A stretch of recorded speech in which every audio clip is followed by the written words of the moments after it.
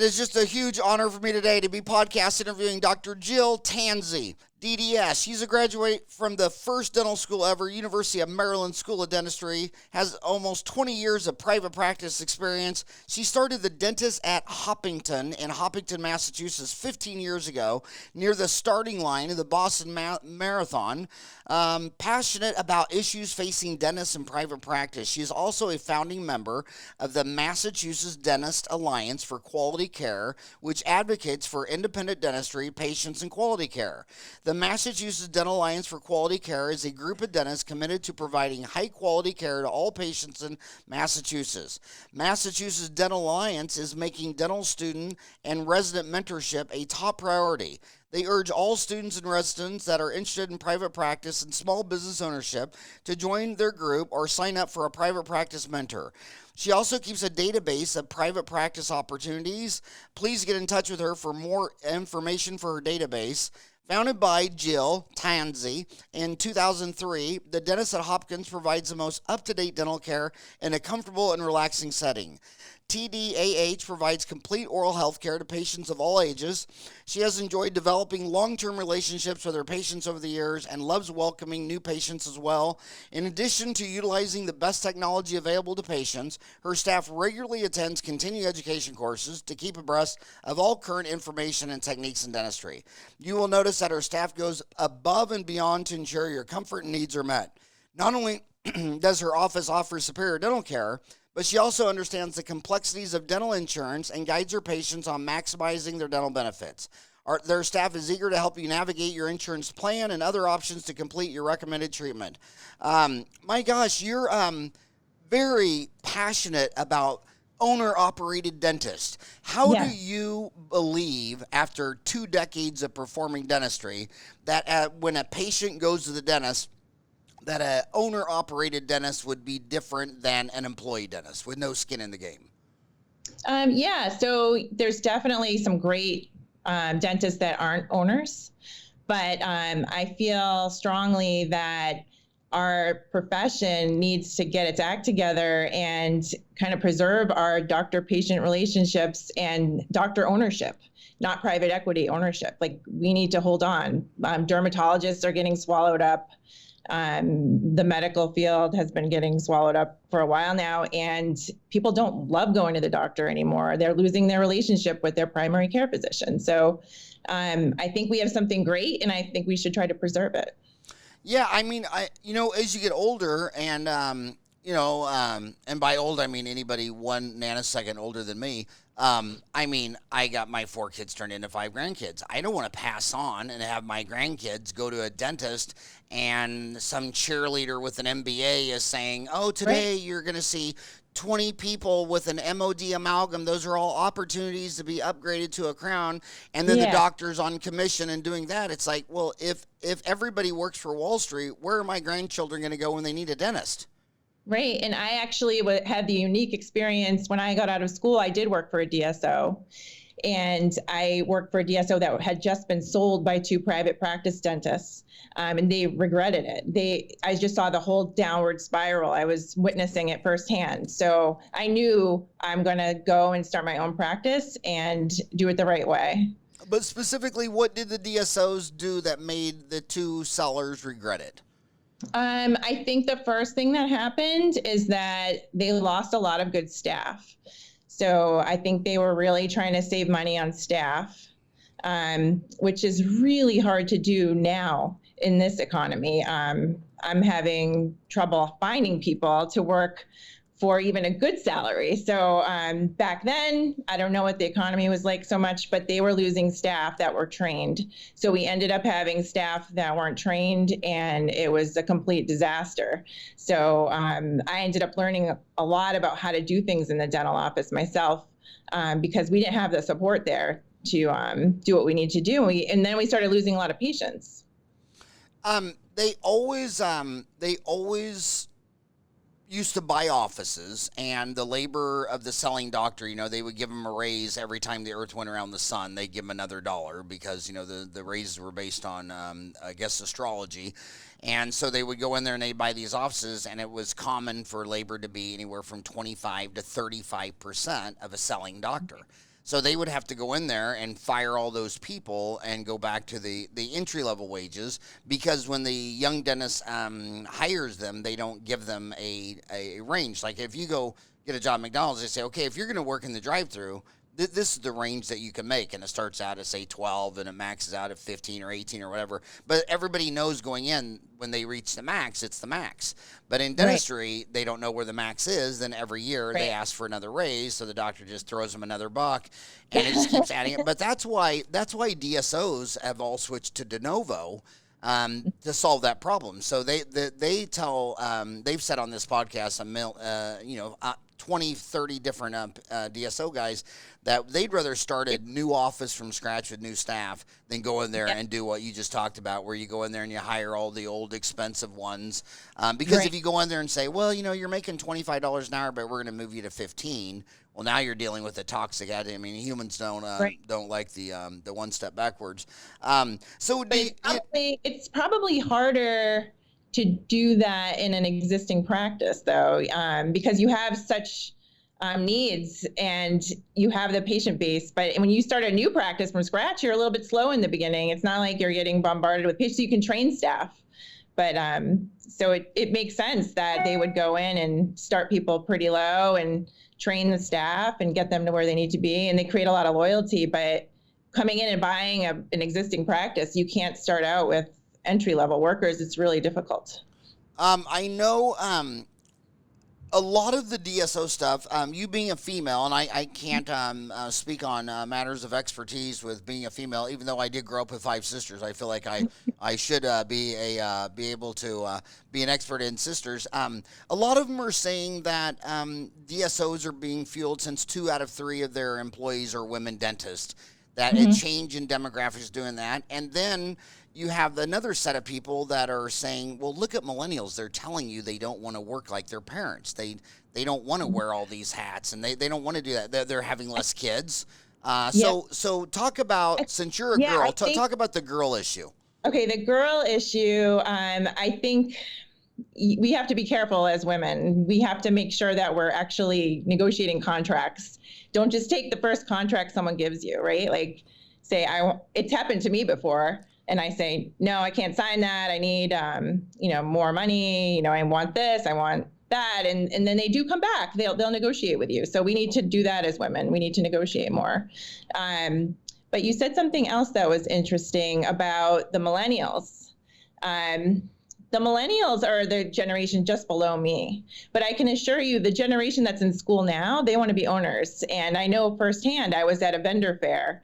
I think I met maybe 2 dentists all day, or dental students, that actually did not want to own their own practice. So I think a lot of the information that's out there may not be fully correct. It may be an agenda that's being propagated. That's not the real truth. I think people do want to own their own dental practices.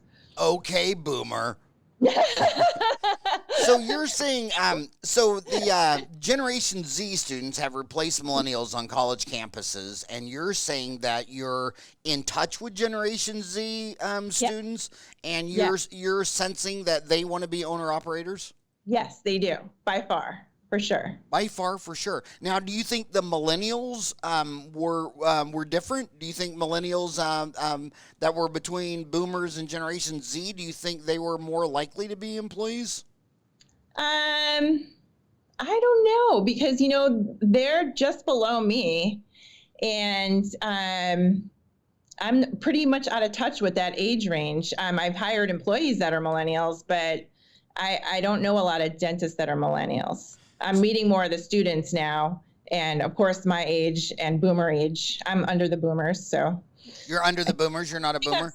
I think I'm Generation X or Z. All I know is everybody that works with me wishes I was from the silent generation. But anyway, so when you negotiate more, let's talk about that just a second. So the job market is incredibly fully employed. I mean, you're down to 2 to 3% unemployment. I mean, and anybody who can go to the mall and doesn't think at least 5% of Americans should not have a job is not going to the same mall I'm going to. So it's fully employed, and we're always bizarre, like in Phoenix. So when I started, there was no fluoride in the water and there were no dental schools. Mhm. Now there's 2 dental schools, fluoride in the water, and the class come out, they all whine about how much debt they are, and so you put out an ad and say, I'd like a dentist to do evenings and Friday, Saturday, Sunday. And it's Mhm. crickets, not one Yeah. person. And then you get even more personal with them. You're like, dude, you're in a lot of debt. I know your dad. Just go back and move in with your mom and dad and pay this off. And next thing you hear, they're buying a $400,000 house in Queen Creek. You're like, what the hell was all this about the dental student loans? You just bought a house, and of Yeah. course decided to have 14 kids in a shoe.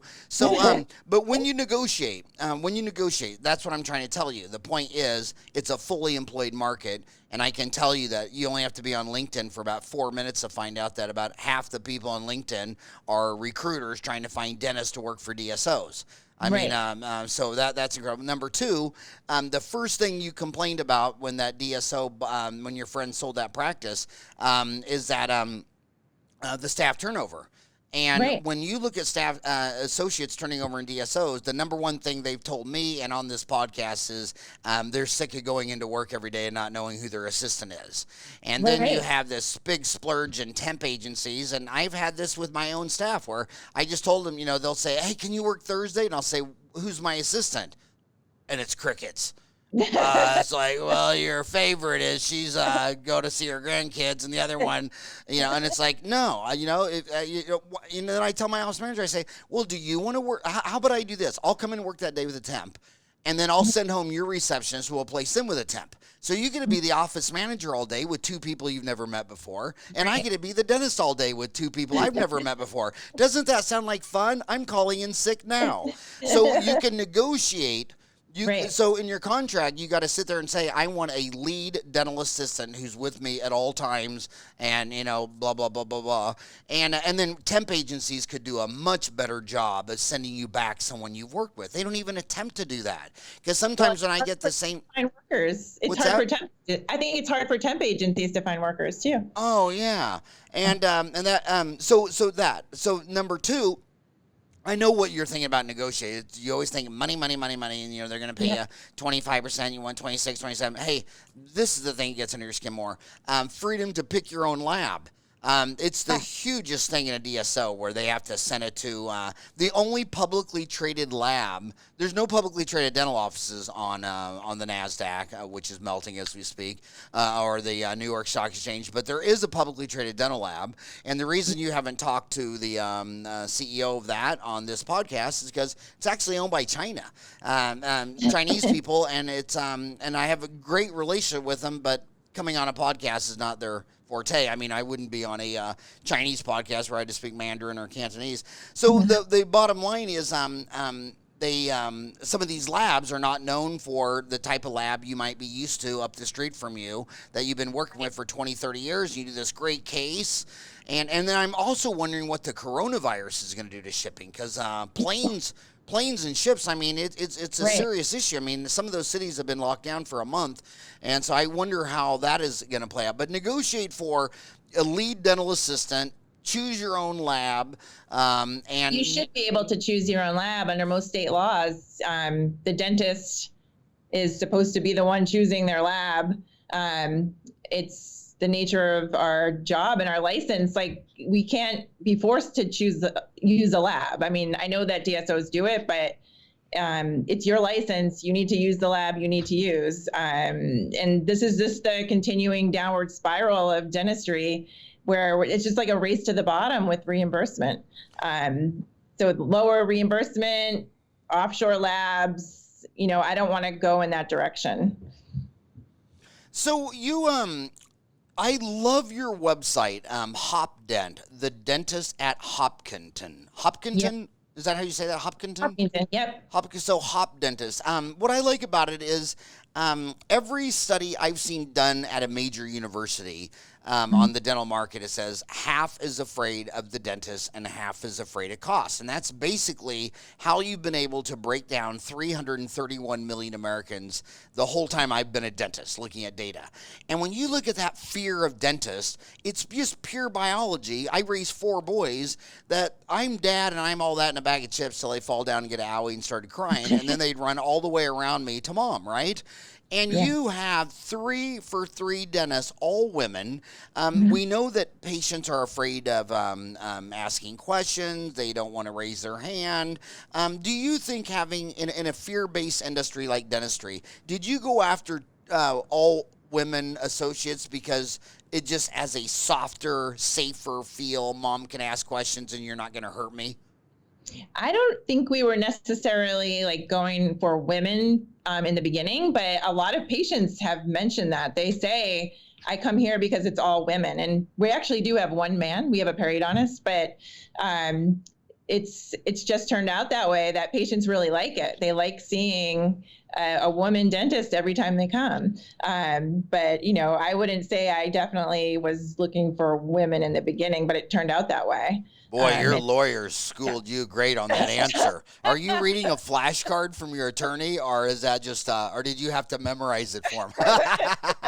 Because it just, I look at those 3 girls and it's like, my God, how pleasant and fun, and you're just less scary. And this is so cynical, but it's factually true. University of Chicago, which I think has 18 of the 72 Nobel Prize winning economists. I mean, it's crazy.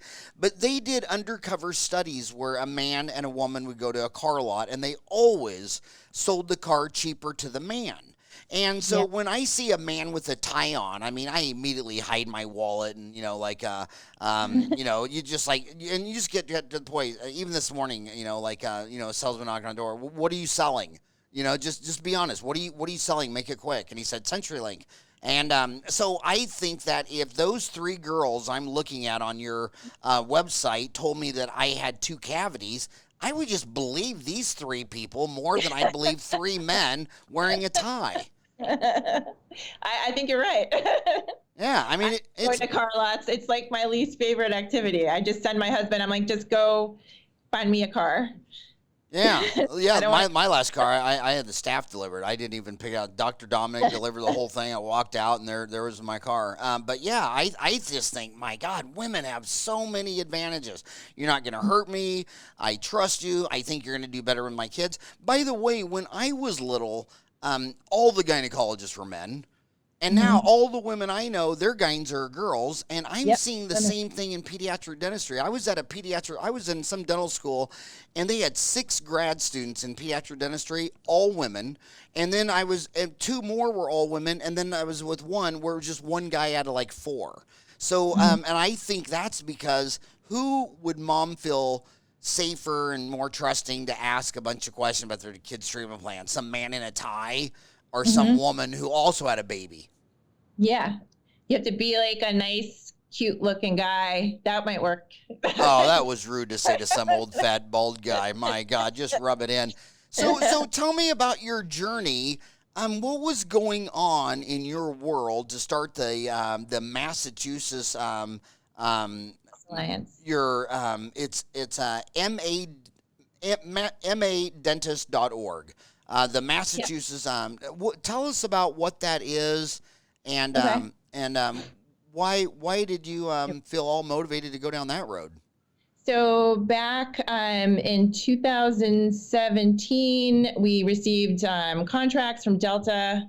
They were pretty bad. I think it was going to be 30% off all of our fees. It was really bad, and they were taking all of their nonprofit business and putting it into a for-profit part of their company. So, we were advised, like, dentists can't talk about this. You have to just decide if you're going to sign the contract or not. And so we actually contacted an attorney, a group of us, and we found out like what we could and couldn't do as a group. You can totally petition the government. That's one thing you can do as a group. There's no antitrust problems with doing that.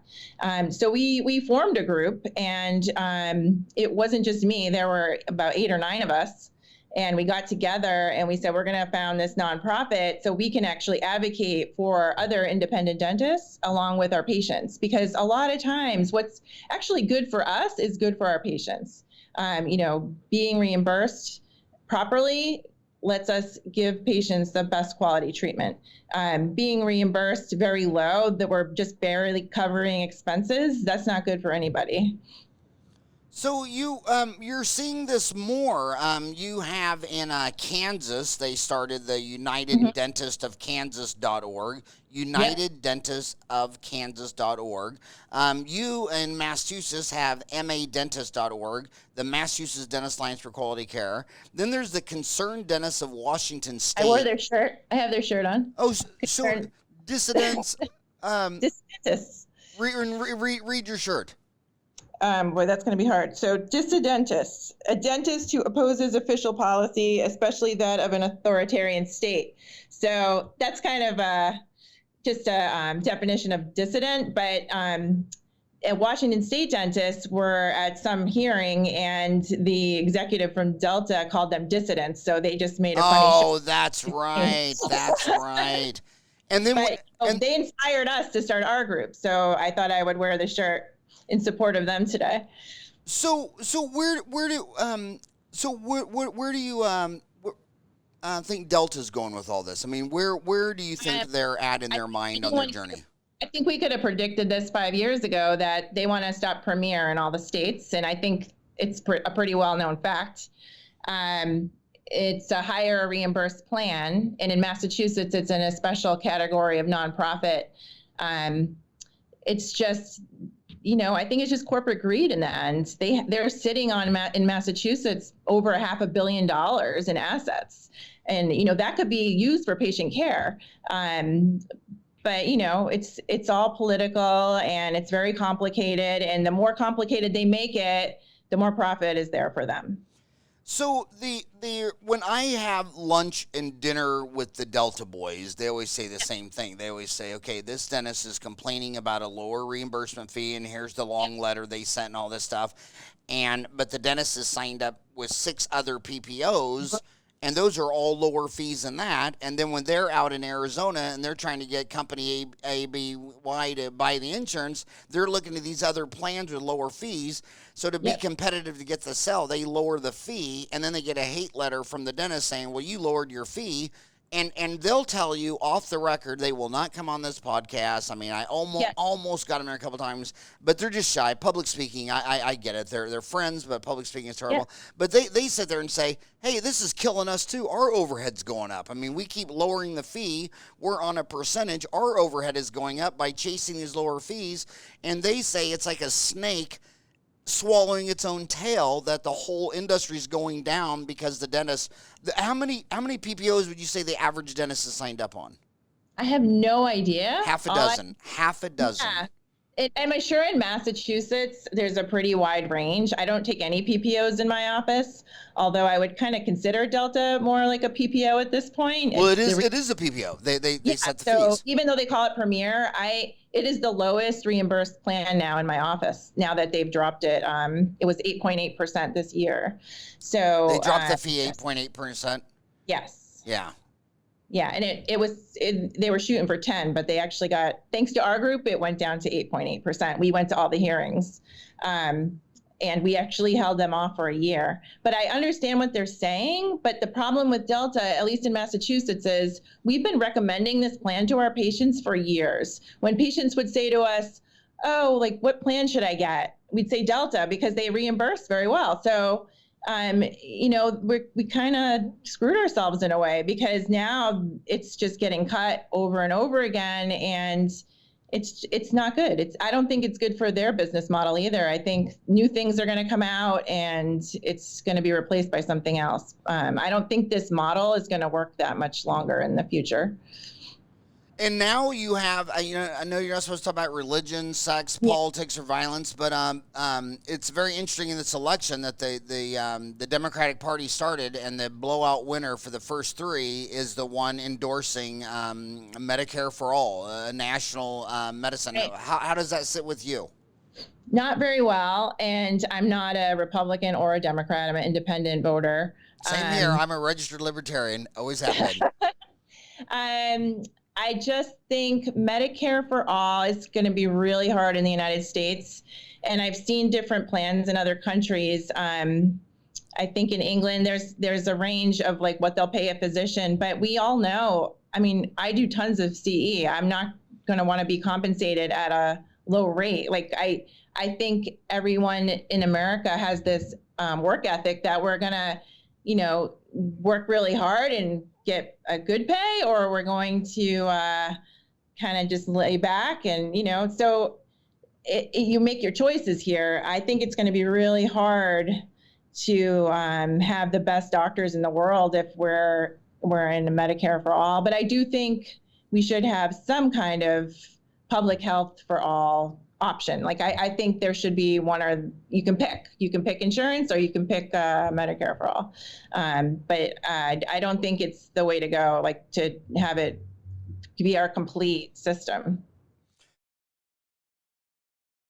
It's funny how when people talk about the system, they'll talk about Canada, which has got 30 million people, and it's like California has more than that. And there's 331 million people, and they always start showing you countries with 30 million, or Denmark or Scandinavia, and it's like, okay, but we're in the league with Indonesia is number 4. We're number 3. It's China, 1.3 billion, India, 1.1 billion, us 331 million, Indonesia 220. Show me a country that's doing this with 100 million people. And they're like, well, you mean Denmark? And it's like, Denmark has less people than Arizona. I mean, so the problem, and then they can't even tell how many people live in this country. The range, I mean, I'm in Arizona. I'm a border state with Mexico. The range for how many illegal aliens in here is between 10 and 30 million people. Well, just the range is another whole can of. So the devil's in the details. But speaking of that, in the details, the insurances are definitely playing their cards. Like if they don't, if I'm not a provider of Delta and I do the work, they're going to send the check to the patient. And I've had this, I have this burning problem because it's even a couple of times has gone to family and friends or whatever. Not family, not blood family, but friends of family. And they cash the check. And they just said, oh, Howard, oh, my God. So my car died, right? And I had to take it in, and I needed $800, and I got that check, and it was $900. And if I wouldn't have and it's like, so they know that when they send the check to the patient, you're not gonna get the money, but they do that on purpose. So my question to you is, when you talk about state government, you got to be heard, you got to be your voice heard. Do you think the local state dental society of Massachusetts and the American Dental Association for the country out of Chicago, do you think they're aggressively fighting for independent owner-operated dentists, or do you think they have to play the field in the middle with DSOs and trying to make everyone happy?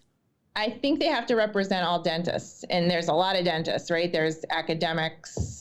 There's dentists that even work for insurance companies. There's DSO dentists, but a lot of things that are good for private practice are also good for DSOs. Like reimbursement is one of them. Like I don't think DSOs want to be reimbursed poorly either.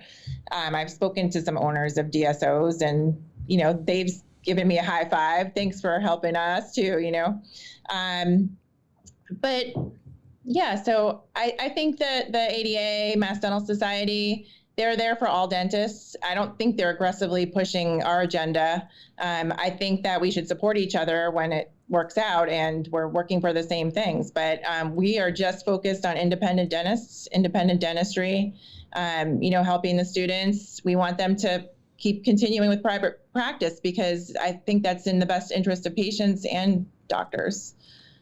So do you feel that when, in any other industry, it's just business? I mean, they'll just tell you, nothing personal, just business. I mean, and everybody's good with that. But but I noticed that in my sisters that are nuns, religion is not, you can't just say, well, it's business. And in business you can. But in healthcare, it seems more like religion and politics than it does business. When you're talking to the Delta people, you're the leaders in the Massachusetts Dental Society, does it seem like a genuine conversation, or does it feel more like partisan politics?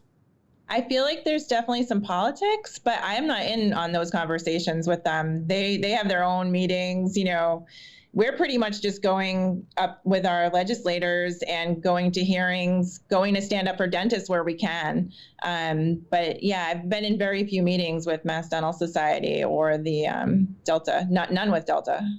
So what's the status? So go to her website, madentist.org.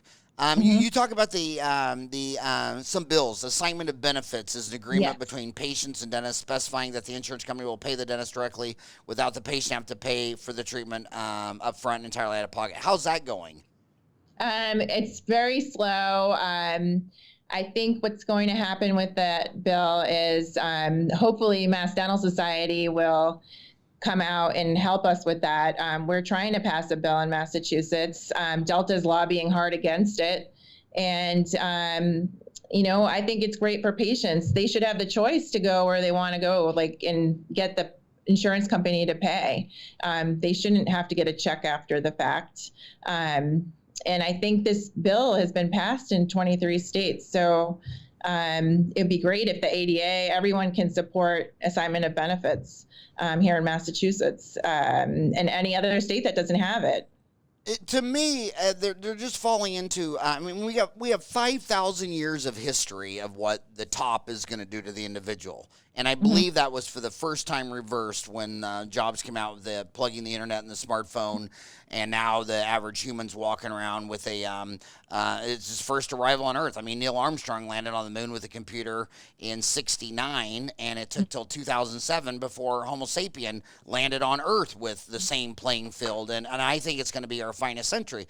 But they don't realize that for 5,000 years the top is always trying to control you. Like if you come in to the dentist and they say going back 30 years ago, they say, okay, an amalgam is $100. But if you want the tooth colored one, it's $200. But Delta, going back to the beginning, they'd say, oh no, we only pay for this one, and you can't assign your benefit and pay extra out of pocket. You got to lock in. It's just one filling, and it started out as the amalgam fee, and you can't pay it. Well, that's controlling.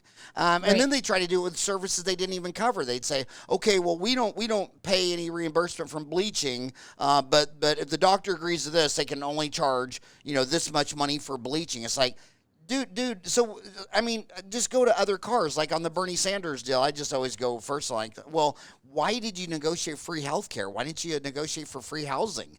Why didn't you negotiate for free cars? I mean, who the hell wants a free root canal and a mammogram when you could have had a house and a car? And then why don't you go for restaurants and dinners? I mean, why is it that when I sit down and work with my hands that my stuff's valued at free? But when a carpenter and a cabinet maker build you a house, my God, it's $300,000. It's a 30-year mortgage. I know the answer to that question. I think that dentists and doctors, physicians, we're kind of altruistic and we want to help people, and we're easy targets. Yeah, well, we're easy targets too. We're like head in the sand. A lot of us, we're introverts. This is totally stressing me out doing this podcast, but I know I have to do this for my profession. I have to stand up and talk about it because everyone needs to do it. And then we maybe won't be taken advantage of so much. It's like these business bullies coming out and, this is our labor and our, we studied for a long time. This is our profession, and they're just trying to take advantage of us. Yeah, I mean, I think everybody on the way home tonight should stop at a construction site and just walk in the construction site and say, hey, all you guys carrying sheetrock and hammering nails and doing toilets, electrical, from now on, we're going to cut your wages in half because these houses should be free. And while you're saying that, they'd be taking the tires off your car and, I mean, it'd just be... I always tell people, on the way to the rally, why don't you call your plumber and tell him next time that your toilet's clogged that you want him to come fix it for free. I mean, they say, well, healthcare is different because, if you got cancer, it's very expensive. Well, the average cancer treatment is far less than the price of your house, and it's about the price of a car. You have no problem buying 13 cars in your lifetime, but when you get pancreatic cancer, now your neighbor should pay for it. So, and even if you wanted to do that, let's do the insurance. Let's do the insurance. We'll do that. But healthcare, the flood is 30% of its paperwork, and Delta doesn't have an app. When they come in there, you still got to cut down a tree, have a piece of paper.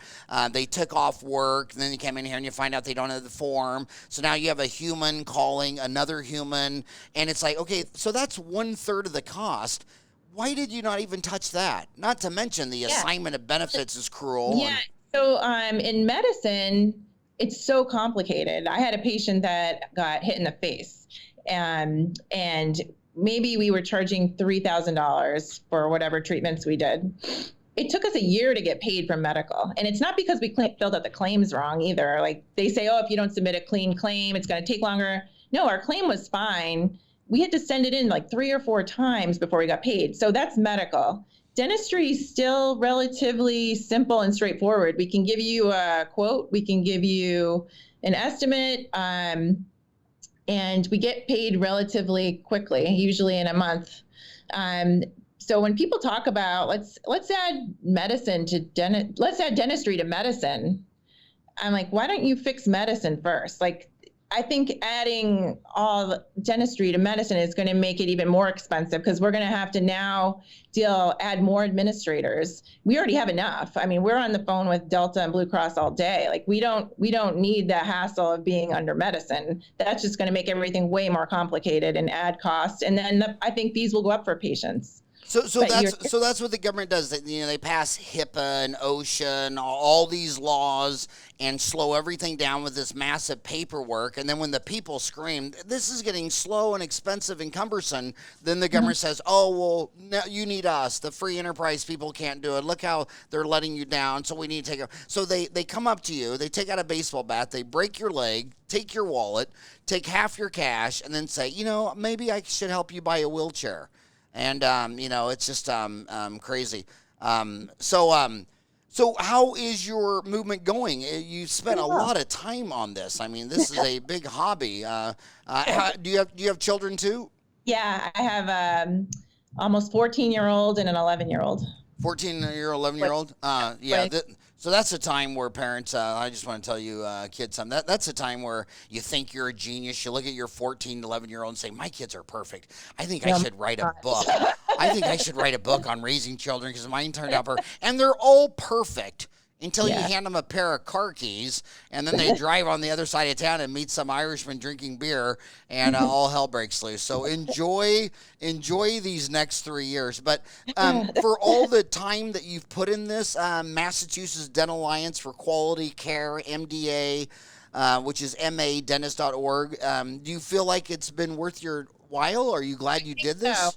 I think so. Even if we don't pass a bill or change much of anything ourselves, we're hoping we can influence the industry and even our dental societies, the ADA, to stand up for independent dentists. I mean, we're most of the members. We are, they say that a lot of dentists are in DSOs, but we are still private practice. We're most of the dentists. I mean, probably at least 80% are still private practice. So I think everyone needs to kind of take another look and stand up for us. And we've spent a lot of time on this, but I think we held Delta off for a year. Instead of 10%, we got 8.8%. But, just talking over and over to legislators and letting them know what's going on for patients and our profession, it's worth it, because the next time they come around and they want to slash us 20%, they're going to be like, hey, you just did it. Like, you need to stop. Yeah, but it's their mindset, though, because, by the way, I got to give kudos to you. You are one smart cookie. You even got the help of CK Strategies. When you started your website, you thought, okay, I'm a dentist. I take CE and root canals and implants and all this stuff. I'm going to get a political firm. How has CK Strategies, first of all, how did you think of that? You usually refer to orthodontists and endodontists. How did you know that you should pass this football on to a political organization? So that's not me. That's one of our members. He had a contact at that organization, and we started working with them. They're not cheap, but they gave us a huge break. And they've been very helpful. They're on Beacon Hill every day, so they can actually spread our message along, because we can't be there. We go there, but we can't be there all the time. But it's amazing. Like, I think every dentist should have a relationship with their legislators and just let them know what's going on, because you really have to educate them. They're not really thinking about this situation. They're thinking about healthcare, which is good. So you can tie it into that, because I know healthcare is like one of their biggest issues right now. So if you can explain. And what I think is great is when you go press the flesh with them and you meet them and you're done and you're walking out to their car, and then you look at their car and say, wow, that is a nice car. Now, see, all my crowns are gold. And dentists don't like filing down all the teeth. So when you pay for an MOD composite for $250, why don't you just say, hey, that's all we're going to pay? But if the patient wants to pay out of pocket and chip in another $250 and get a gold crown like this nice car you're driving, you're the guy that says no. And I'm just wondering, where is that coming from? Because I noticed you don't eat at the Waffle House. You eat at a nice restaurant. I noticed that that when you come out of school with $400,000 student loans, you can only eat at restaurants that have pictures of the food, and you're past that. You go to restaurants that the menu doesn't have any pictures of the food, and you're driving a $60,000 car, and you're not living in west side of Phoenix, you're living in Scottsdale. So why do you, at first it was like, I'm going to help you pay for filling, basic care, but where's the block that says, but you can't chip in your own money and upgrade? That's just control. I mean, 5,000 years of history, it's always about the elites trying to control us, and it always ends up with violence. And, when you don't agree with their law, I mean, not even paying a parking ticket. They can pull you over. Now you've given them permission to kidnap you and put you in a cage. I'm serious. And take you before a judge that can leave you in the cage. I was reading another deal from New York. There's like 10,000 people in jail on any given day simply because they didn't have the $100 or less money that it took to pay to go home. So they go put them in a cage. I mean, they just don't realize how their actions lead to very dire consequences. So, but when you talk to them and you're standing at their $60,000 BMW car, $90,000 car, coming back from a $100 lunch, what do they say to you? Well, I don't know if necessarily my legislator lives that way. No, I'm talking about the insurance boys, Delta Dental. I don't talk to them. I mean, they're not talking to me. If anyone, they'll talk to Mass Dental Society, but I'm not a big enough player to talk to Delta Dental. Well, how can my homies listening to you right now make you a bigger player? I mean, come on, you're talking to a lot of dentists. We need more members. I mean, we need members. I mean, we're all Massachusetts dentists, but I'm sure there's a way we could get even more members nationally. We would like people to start groups in their states, and we can help you do that because we've done it. So I think starting a group in your state would be great. All this stuff's local. I don't think we're going to change it on the national level. It's going to be really hard. All politics is local. Yeah. So I feel like we got to get a group in every state. It's not super hard to do. It does take some time. So if you're looking at, you have some free time or you're retiring, or I do this when my kids are doing their homework. I have to sit with them at the table and I'm just working on what technology could make this easier? I mean, I think the smartphone scaled landing on the moon. I mean, I think Neil Armstrong, that was the warm-up pitcher, warm-up batter. I mean, you can start a Facebook group. Definitely do that. You can grab a lot of members and then you can start getting organized. Definitely a Facebook group. There's software you can use to have a nonprofit that will keep track of all your members. So I don't do all that. It's all automated. On what? Where is it all automated? It's called Wild Apricot. It's just it's the software. So like when you get members, they can go in and pay for their membership. And it's called what? www. Wild Apricot, and there's several others, but that's what is Wild Apricot? It's a platform that will keep track of your membership. So when people want to join our group, we have a link and it goes to that. They pay. And that's the link on Facebook? Yeah, on our website. Oh, okay. So Wild Apricot. So if I go to Mass, so your website is HopDent is your B2C for patients, and madentist.org is your website for the B2B dentist. So then what is the so let me if you hit join now or join today, it will take you to a way to pay. That's all linked to our membership software. So Wild Apricot, WILDAPRI. Okay. Yeah. Okay.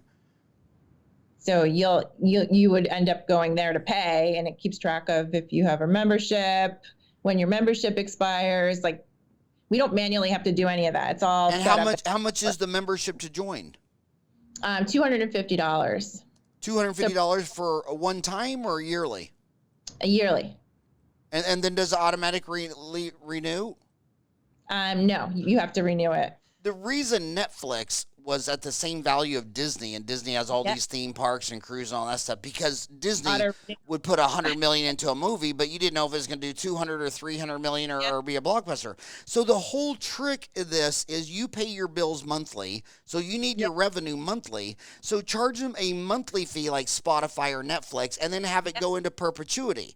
Because the only reason you have a big selection of gyms to go work out in is because the average person joins a gym, they pay for 8 months, but it takes 38 months to cancel their membership. So you got 30 months worth of people not in there. Yeah. So if you, and Procter & Gamble, that's how they became the first billionaires. You know, people would make soap. They'd spend a month in their ranch making all this soap. They'd load up the wagon. They'd go sell everybody a gunny sack full of soap. And then no one needed soap for 2 or 3 years, and they go bankrupt. So P&G said, what we have to do for cash flow purposes, and remember, I'm talking to dentists who only get a P&L sheet from their CPA. They don't even know what a statement of cash flow is, let alone a balance sheet. Your assets equal to liabilities with equity. But on the cash flow sheet, you pay your money coming in, money coming out. It's a monthly deal. So if you change that deal to just whatever, $10 or $15 or whatever, $100, but it's a monthly deal.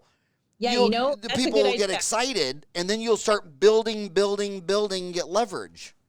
Yep, that's a good idea. And we actually had it on auto renew for a little while, and somebody said, I don't do anything that way. Like, I don't want to do an auto renew. But that's the smart person, and that's about 8 out of 38 people. That person actually, he's probably married to a CPA. I'd rather lose that guy. Yeah. I'd rather lose those 8 and get the other 30. So how much is it a year? $250. So I'm sorry, my brain. So 250 divided by 12, so that's $20 a month. That was $20 and 833. So why don't you just change it? What does Netflix cost you a month? I have no idea. What is the new Disney, Hulu, ESPN thing? Why don't you just start a deal for $20 a month? $19.99. Well, actually, the $19.99 doesn't. There's no research for that. You know, you know where that came from? No. So when they started with the cash register, they wanted to know if you were going to steal. And one of the things they were going to monitor, you can steal the cash, but they want to know how many transactions they had, because, most things were $1. So they charge everything. So they go in there in the morning, they dump 100 pennies in, and then they charge 99 cents for everything. So everybody give $1, you'd have to give a penny change. So now I'm the store owner. I come back at the end of the day, and I start with 100 pennies, and there's only 30 pennies. I now have 70 transactions. Then I look at the fee, and then, so that was an actuarial risk analysis for control over internal peculation. It was not but a lot of people think it was a psychological thing that you'll buy it for $9.99 but not $10. So that's just an actuary thing. I think you just say $20 a month. Would you pay $20 a month to save your profession? And not to trash anybody. I'm members of everybody trying to help that. But how would you compare the value of the $20 a month to you? Which would be $240 a year to the Massachusetts, your organization, versus they're already paying $1,000 a year for the ADA tripartite system, which includes the Massachusetts state and local. How would you compare the value? Were you on par with that? Different things. I mean, they do other things that we don't do. I mean, we're not going to do like CPR classes and updates about everything. They have other meetings. They do Yankee Dental every year. So, we're totally different in a way. But yeah, if they're not going to join that, they should definitely join us, because we're fighting for their profession, and it's a lot cheaper for sure. Well, why don't on that thread? So we got that thread on Dental Town that's talking about you, and we're actually making some progress with, and it's about all those different states doing that. Why don't you go on there? And I bet you'll get people to join Massachusetts. I know I will. Why don't you get dentists from all over to sign up for the monthly annuity? Because once you say, I've gone from 100, how many members do you have now? Can you say 300. that? 300? 300 members? Yeah, but if you had 300 members, 3,000. well, 300, let's see. So, where is that? Man, all the app things, they all look alike. So, 300 times $20, that's $6,000 a month, cash flow. At how much a month cash flow would it be? 10,000, 20,000, 30,000 to actually have one layer of management, to have your CK strategies guy and a full time operational logistic. We do need a full-time person. That would be nice because it's me doing whatever, and some other people too. So then we would have less to do. We could focus more on lobbying. And I think if we had about, I think 10,000 a month would be good. Well, you're over halfway there. Yeah. So you need to get the you need to switch from yearly non-renewal.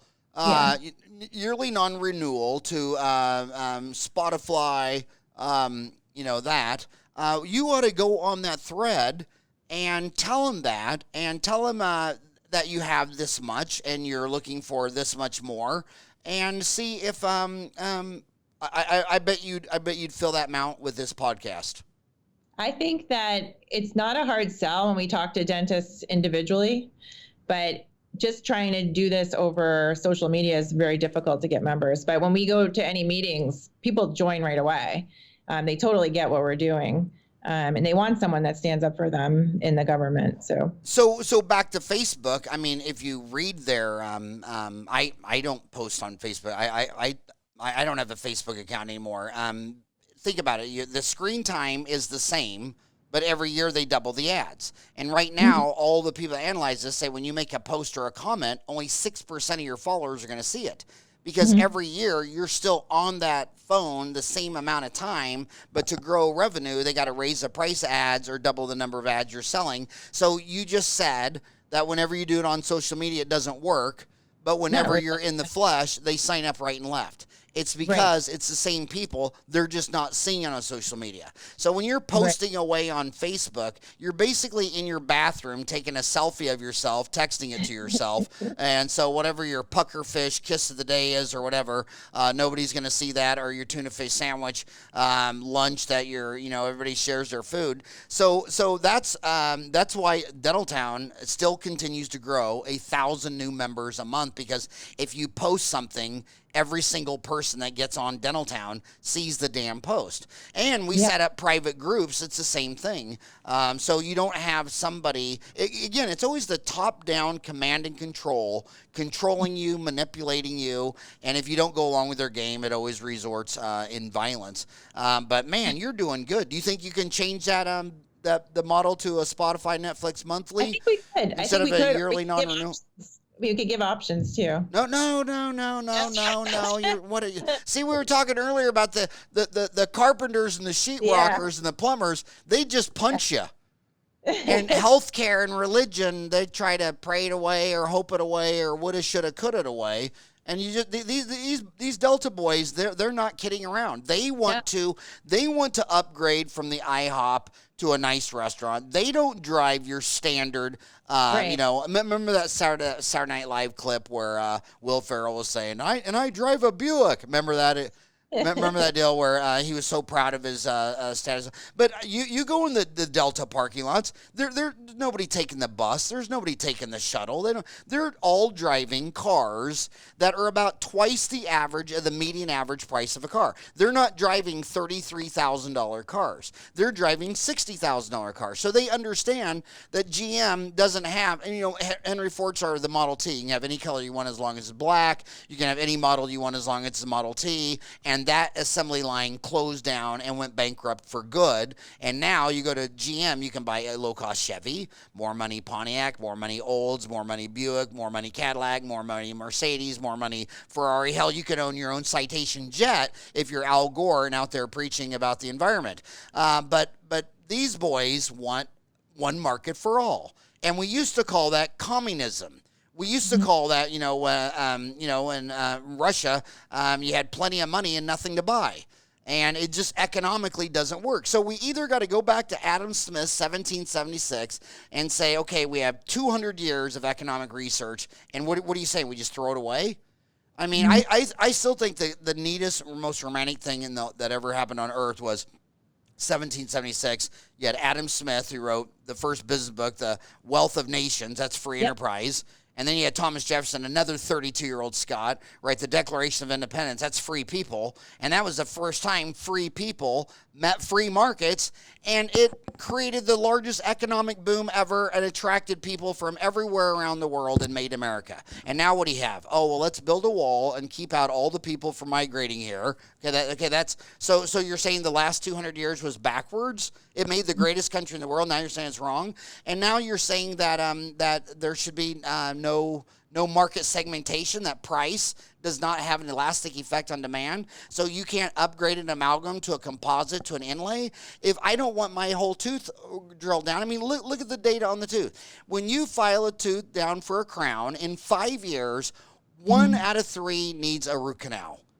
So then you say, well, on this, instead of a crown, can I just do an inlay-onlay? No, we don't peg cover inlay. You have to file down the whole tooth. Okay, so now you're a doctor. You've gone from selling insurance to telling me I have to surgically reduce and remove all this enamel to get an economic bear. That's practicing dentistry without a license.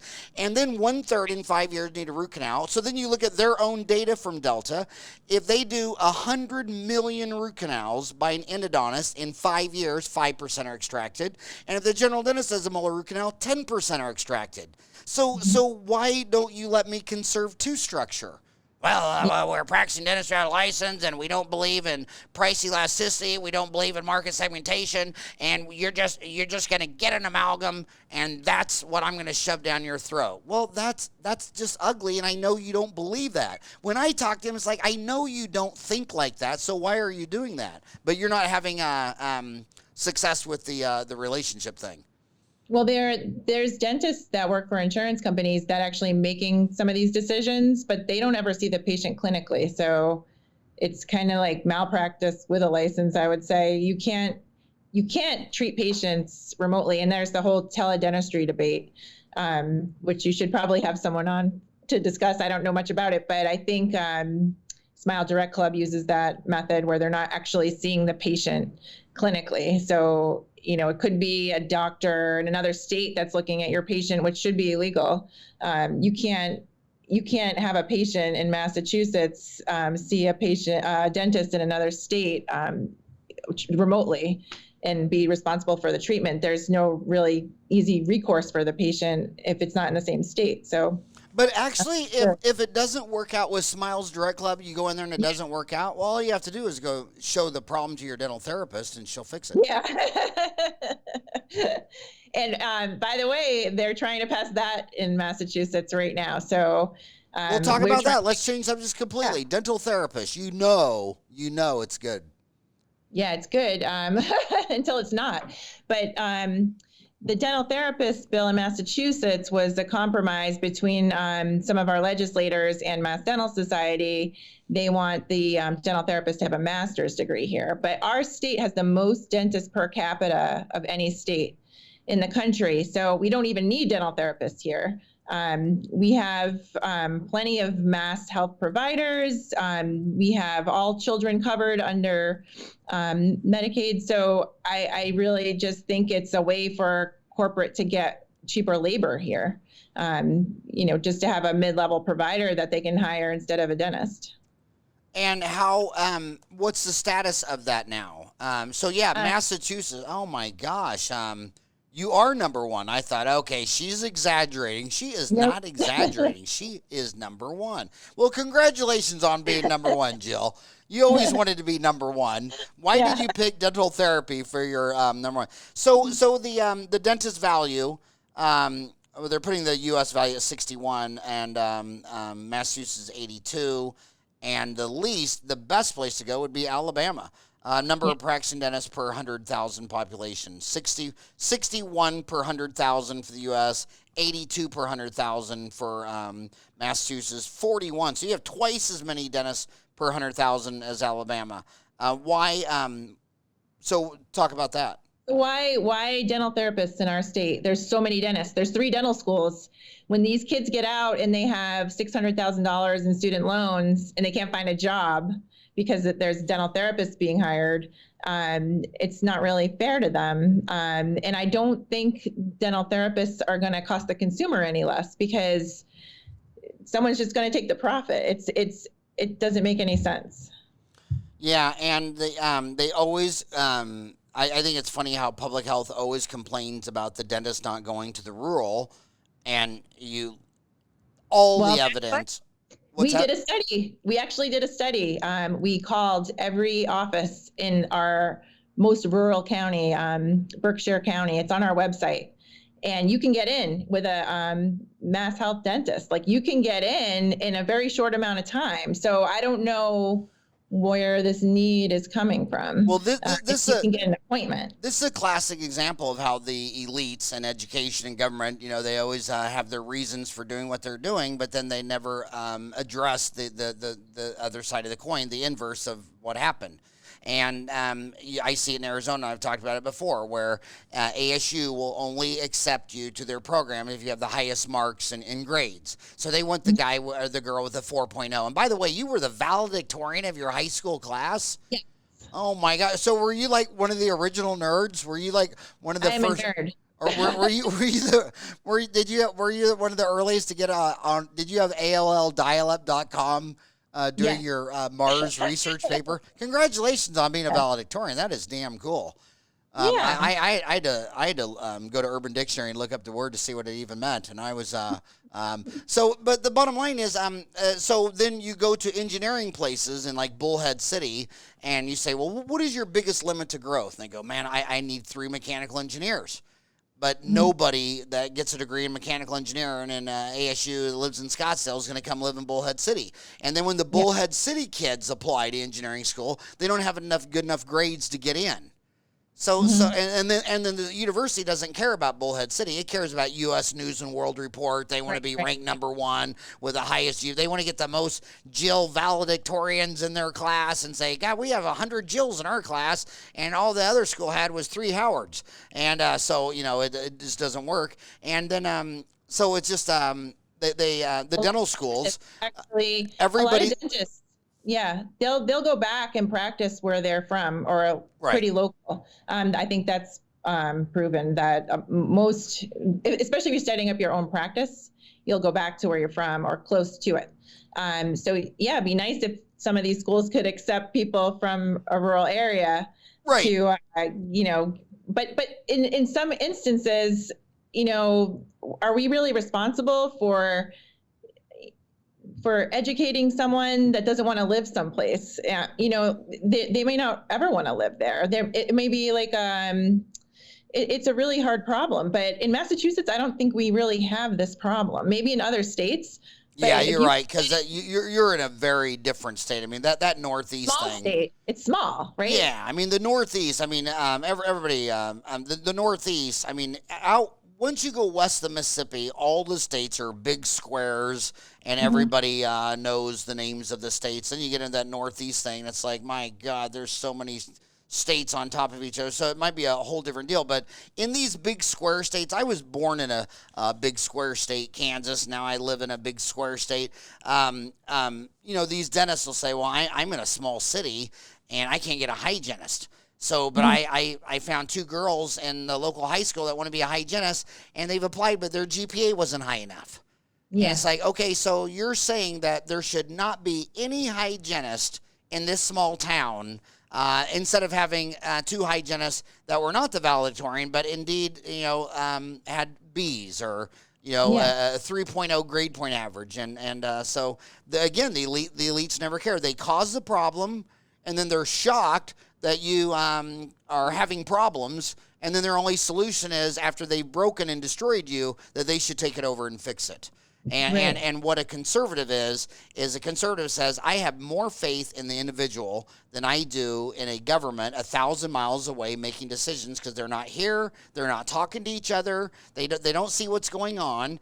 And what it really comes down to is people who have little faith in themselves want some big magical agency to solve all their problems. And it basically comes down because they don't have faith in themselves. And I've got more faith in any individual human with a smartphone than I do with any of the 200 presidents ruling the world right now, or you know what I mean? I mean, I have faith in you.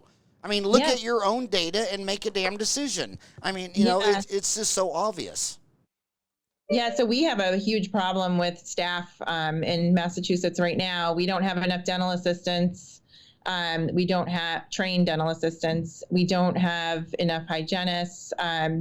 So these are big problems that limit our practices, but we're very focused on getting more mid-level providers, but I feel like we already have them. We have hygienists. We need more. We need more assistants. We need these before we need dental therapists, for sure.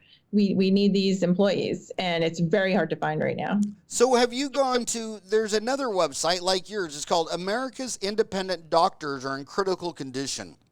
The website's aid-us.org. Everyday hospitals and private equity groups are buying up medical practice, turning independent doctors into employees. That trend is not healthy for patients.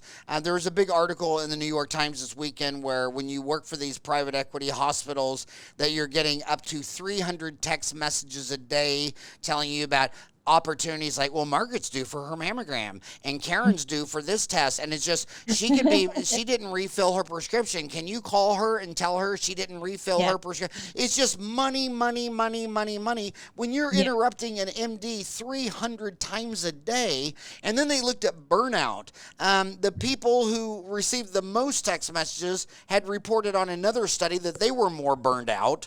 And the ones that reduced to little to none were more happy. And you show them this data, and the bottom line is, when you die, do you want your grandchildren to go to a medical practice that's owned by private equity? When I was little, I was born in a Catholic hospital. I mean, you know, it was St. Joseph or St. Mary's, and they were, you know, it's really gone from church to Wall Street, hasn't it? Yeah. Definitely. And we're headed there. Dentistry's headed there, but if we can do what we can to stop it, I think it's worthwhile. We really need to organize and get many of groups like ours to start in each state. And I think that's how you can start changing things. If you just keep practicing and you're not looking at, okay, how much am I even profiting from this procedure I'm doing? I bet you will find that you're not. You can look and see, you know, the time you're taking with your patients and what your reimbursement is. Sometimes you're probably not even, you may be negative. You really have to look at the numbers, and you have to figure out how you want to practice and treat your patients. Well, I can't believe we went over our time, but while I still got, you got a patient, or are they glaring at you right now? My staff will be glaring at me in a minute because they'll want to go to lunch, and I'm using the lunchroom. But just tell them that they don't want to overeat and end up fat like Howie. That they got to. So I just want to go to clinical real quick. You went to the Midwest Implant Institute. What type of dentistry do you like doing? I like doing a mix of a lot. I really like crown and bridge a lot. Implant dentistry. I just started placing implants, so I'm doing more of the easier cases, bone grafting, extractions. I always like surgery in school, so I started getting more training and doing those procedures just because I was getting a little bored and I wanted to, you know, do something new. So you went to Eric McNeely's or Alfred Duke Heller. He was one of the original implantologists. Yeah. And he's his son runs the institute now. Wow. Are you still friends with him? Yeah. So I just finished. You what? I just finished the program. Can you get Alfred and his son to come on the show? Oh, maybe. That would be awesome because Alfred, you know, he placed 20,000 implants before there was a CBCT. Yeah. And, you know, when these people are saying you can't place an implant without a CBCT, I'm pretty sure Alfred and Carl Misch each placed 20,000 before there was such thing as a CBCT. They were just better surgeons. Is there anything that you were hoping we'd talk about today that I didn't mention?